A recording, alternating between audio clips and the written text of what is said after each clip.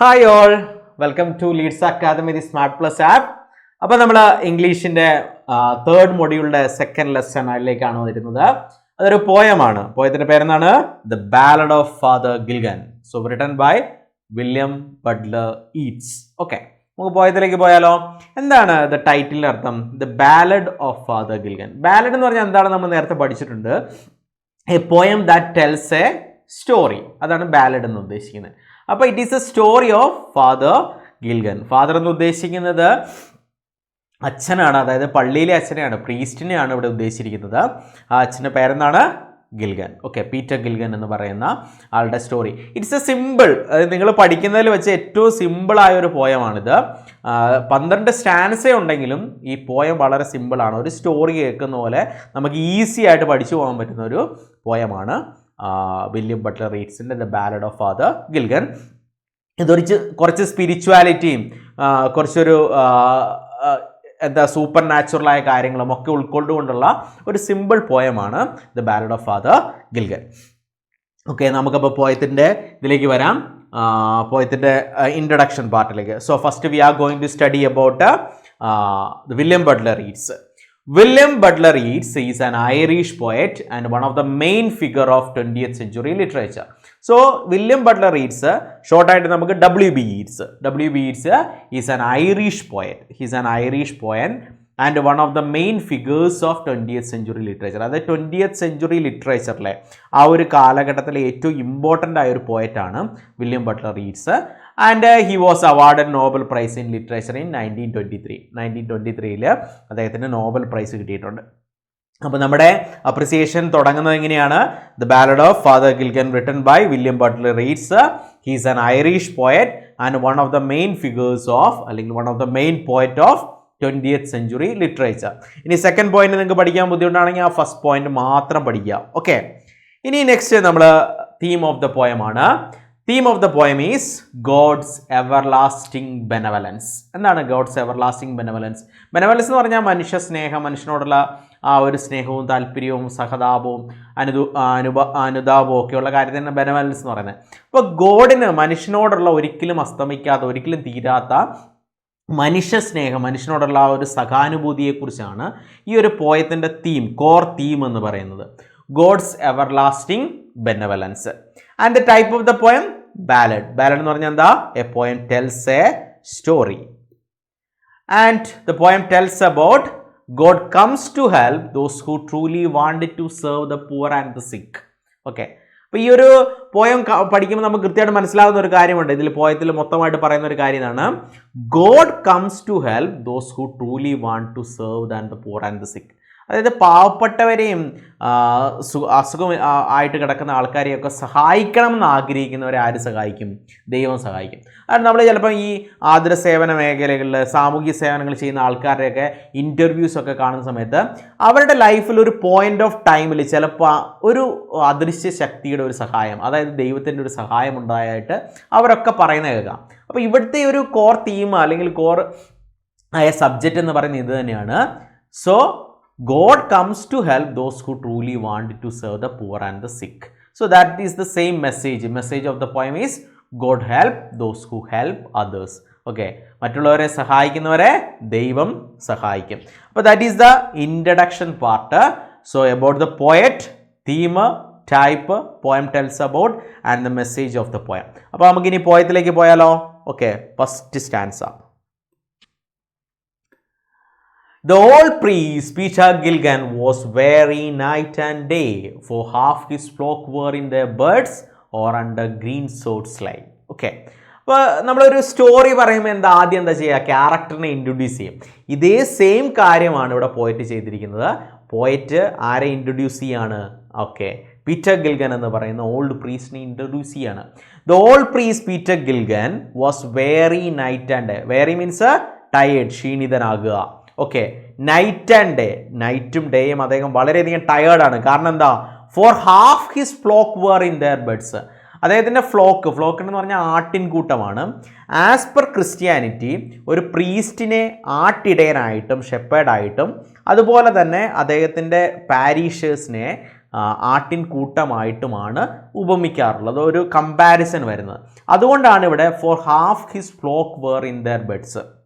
അതായത് ഇവിടുത്തെ ഒരു കഥ എന്ന് പറയുന്നത് ഓൾഡ് പ്രീസ്റ്റ് പീറ്റർ ഗിൽഗൻ്റെ പാരീഷിലെ ഇടവകയിലെ പകുതി ആൾക്കാരും ഇങ്ങനെ മരിച്ചുകൊണ്ടിരിക്കുകയാണ്. കാരണം അവിടെ ഒരു വലിയൊരു സാംക്രമിക രോഗം പിടിപെട്ടു, കോളറ പോലെയുള്ള ഒരു രോഗം പിടിപെട്ട് ആൾക്കാരിങ്ങനെ ദിനം പ്രതി മരിച്ചുകൊണ്ടിരിക്കുകയാണ്. അപ്പോൾ മരിച്ചുകൊണ്ടിരിക്കുന്നതുകൊണ്ട് തന്നെ ഒരു പ്രീസ്റ്റിന് ചെയ്യേണ്ട ഏറ്റവും വലിയ 2 ഉത്തരവാദിത്തങ്ങളുണ്ട്. ഒന്ന്, അന്തികൂദാശ കൊടുക്കുക, മരിക്കാൻ പോകുന്ന ആൾക്കാർക്ക് കൃത്യമായി അന്തികൂദാശ കൊടുക്കുക, ലാസ്റ്റ് പ്രയർ കൊടുക്കുക എന്നുള്ളതാണ്. അതുപോലെ തന്നെ മരിച്ച ആളെ പ്രോപ്പറായിട്ട് അടക്കുക. അപ്പോൾ ദിവസവും ആൾക്കാരിങ്ങനെ മരിക്കാൻ കിടക്കുക, മരിച്ചുകൊണ്ടിരിക്കുന്നതെന്ന് പറയുമ്പം അച്ഛൻ ഇത് മാത്രം ചെയ്യാനേ നേരം ഉണ്ടാവുള്ളൂ. അപ്പോൾ അതുകൊണ്ട് തന്നെ ഇതങ്ങ് വളരെയധികം ടയേർഡാണ്. അതാണ് പറഞ്ഞത് for half his flock were in the beds or under green സോഡ്സിലെ. ഗ്രീൻ സോഡ്സ് എന്നോട് ഉദ്ദേശിക്കുന്നത് ഗ്രേവിനെയാണ്. അവിടെ പിക്ചർ കൊടുത്തിട്ടുണ്ട്, ഗ്രീവ് ശവക്കല്ലറയാണ്. അപ്പോൾ കുറേ ആൾക്കാർ ഓൾറെഡി മരിച്ചു കഴിഞ്ഞു. അപ്പോൾ അതുകൊണ്ട് തന്നെ ഇദ്ദേഹം വളരെയധികം ടയേർഡാണ്. അപ്പോൾ why the old priest is Peter Gilligan is tired? Because his parishes were dying or half of them already dead. So he had to practice the last prayer and the death ceremonies. Okay, death rituals. Okay, അപ്പോൾ Peter ഗിൽഗനെ introduce ചെയ്തു first സ്റ്റാൻസയിൽ. എന്താണ് അതിൻ്റെ ഒരു ഇതെന്ന്? Okay, അതിൻ്റെ ഒരു ചെറിയ explanation നോക്കാം. The poem begins with the introduction of Peter Gilligan and old priest. And the old priest was so tired because his parishes were dying, half of them were dead. He had to conduct the funeral services and last prayers. ഇപ്പോൾ Peter ഗിൽഗനെ introduce ചെയ്തു. അദ്ദേഹം വളരെയധികം ടയേർഡാണ്. കാരണം എന്താണ്? അദ്ദേഹത്തിൻ്റെ parishes എന്ന് പറഞ്ഞാൽ പാരീഷിൽ ഇടവക അംഗങ്ങൾ so were dying or half of them were dead. He had to conduct the funeral services and last prayers. അപ്പോൾ അവരുടെ ലാസ്റ്റത്തെ ഫ്യൂണറൽ സർവീസ്, മരിച്ചടക്കമുണ്ട്, അത് അടക്കണം പ്രോപ്പറായിട്ട്. പിന്നെ ലാസ്റ്റ് പ്രേയേഴ്സ് എന്ന് പറഞ്ഞാൽ അന്തികൂദാശ കൊടുക്കണം. ഈ 2 കാര്യങ്ങളെന്ന് പറഞ്ഞാൽ ഒരു അച്ഛനെ സംബന്ധിച്ച് ഏറ്റവും വലിയ ഇമ്പോർട്ടൻ്റ് ആയ കാര്യമാണ്. അപ്പോൾ ഇത് കൊടുത്ത് ഇദ്ദേഹം ശരിക്കും ടയേർഡായിട്ടിരിക്കുകയാണ്. ഓക്കെ, മനസ്സിലായോ? അപ്പോൾ in Christianity the parish priest is suppose to be a shepherd and the parishioners are the flock. അപ്പോൾ ഞാൻ ഓൾറെഡി പറഞ്ഞതാണ്, ക്രിസ്ത്യാനിറ്റിയിലൊരു കോൺസെപ്റ്റാണ്. ഒരു ഇടവകയിലെ അച്ഛനെ ആരായിട്ടാണ് കമ്പയർ ചെയ്യുന്നത്? ഷെപ്പേർഡായിട്ട്, ആട്ടിടയനായിട്ടും പാരീഷസ് ഇടവക അംഗങ്ങളെ ആട്ടിൻ കൂട്ടമായിട്ടുമാണ് കമ്പയർ ചെയ്യുന്നത്. ഓക്കെ, നമ്മൾ തമാശയ്ക്ക് കുഞ്ഞാടുകളെ എന്നൊക്കെ പറയാറില്ലേ? അപ്പോൾ അതുപോലെ തന്നെ ഒരു കോൺസെപ്റ്റാണിത്. Okay, next. Once while he nodded in a chair at the moth hour of the eve another poor man sent for him and he began to grieve. Okay, അപ്പോൾ once, so he already tired, ഭയങ്കര ക്ഷീണിതനാണ്. So once while he nodded in a chair, അപ്പോൾ അദ്ദേഹം ഒരു ചെയറിൽ കുറച്ച് നേരം rest എടുക്കാമെന്ന് വിചാരിച്ച് ഇരുന്ന് കഴിഞ്ഞപ്പോൾ അവിടെ ഇരുന്ന് ഉറങ്ങിപ്പോയി. He nodded in a chair. ഇങ്ങനെ ഉറക്കം വരുമ്പോൾ തല മുന്നോട്ട് അയച്ച് ഉറങ്ങുന്നതിനാണ് നോഡഡ് എന്ന് പറയാം. സോ ഒരു ചെയറിലിരുന്ന് മുന്നോട്ട് തല അയച്ചിരുന്ന് അദ്ദേഹം ഉറങ്ങുമായിരുന്നു. At the moth hour of the eve, moth hour of the eve എന്ന് പറയുന്നത് ഈവനിങ് ടൈമാണ്. ഈവനിങ് ടൈമിൽ അദ്ദേഹം ചെയറിലിരുന്ന് ഉറങ്ങിപ്പോയി, ചെറുതായിട്ടൊന്ന് മയങ്ങിപ്പോയി. ഉറങ്ങി എന്ന് പറയാൻ പറ്റില്ല, ചെറുതായിട്ട് മയങ്ങിപ്പോയി. Another poor man send for him. അപ്പോൾ ആ സമയത്ത് അടുത്ത വിളി വന്നു, അച്ഛാ അടുത്തയാൾ മരിക്കാൻ കിടക്കുകയാണ്, എത്രയും പെട്ടെന്ന് എത്തണം. Another poor man send for him and he began to grieve. Grieve എന്ന് പറഞ്ഞു കഴിഞ്ഞാൽ ദുഃഖിക്കുക, ബിക്കെയിം സാഡ്. സോ അത് കേട്ട് കഴിഞ്ഞപ്പോൾ അദ്ദേഹം പെട്ടെന്ന് ഹി ബിക്കെയിം സാഡ്. ഒരാൾ മരിക്കാൻ കിടക്കാന്ന് ഓർത്തല്ല അദ്ദേഹം സങ്കടപ്പെട്ടത്. കാരണം നമ്മളിപ്പോൾ ഒരു ദിവസവും ഇങ്ങനെ മരണം കണ്ടു കഴിയുമ്പോൾ പിന്നെ ഒരു മരണം നമുക്കൊരു പുതുമയായിരിക്കില്ല.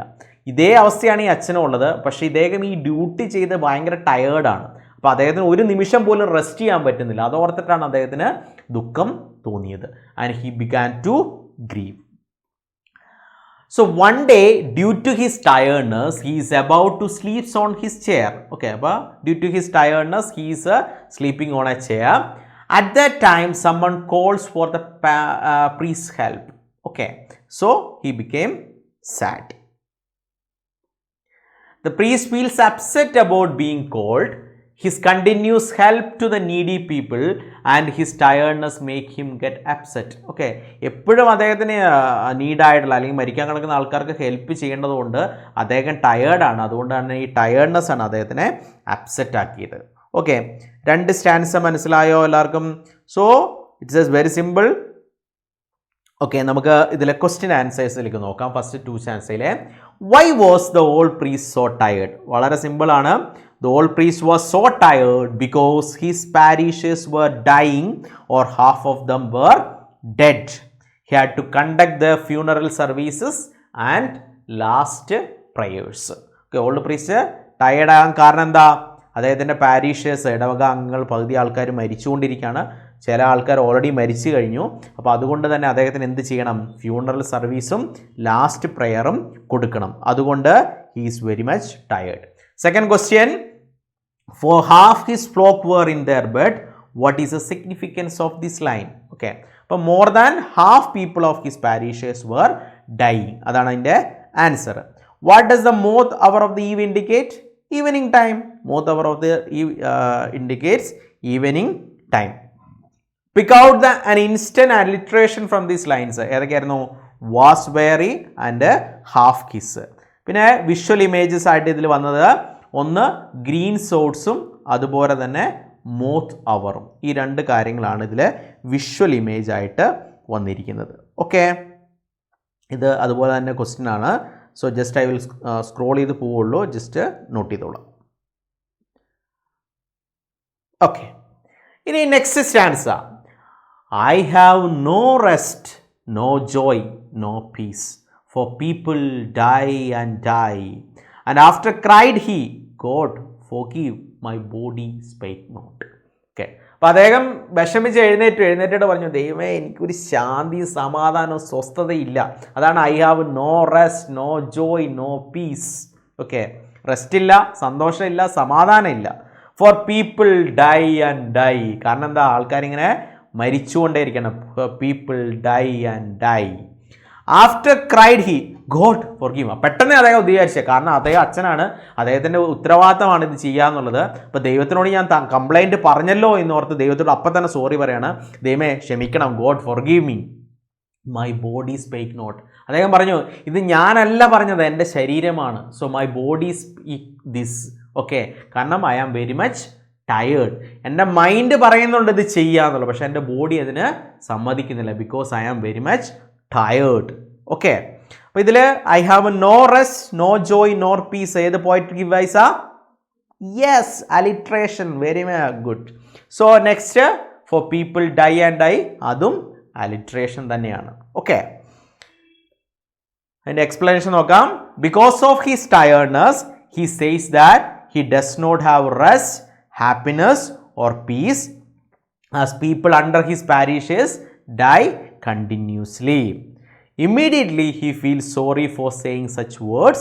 He begs God to forgive him because those words are spoken by his body, not by him. അപ്പോൾ അദ്ദേഹം കംപ്ലൈൻറ്റ് പറഞ്ഞു ദൈവത്തോട്.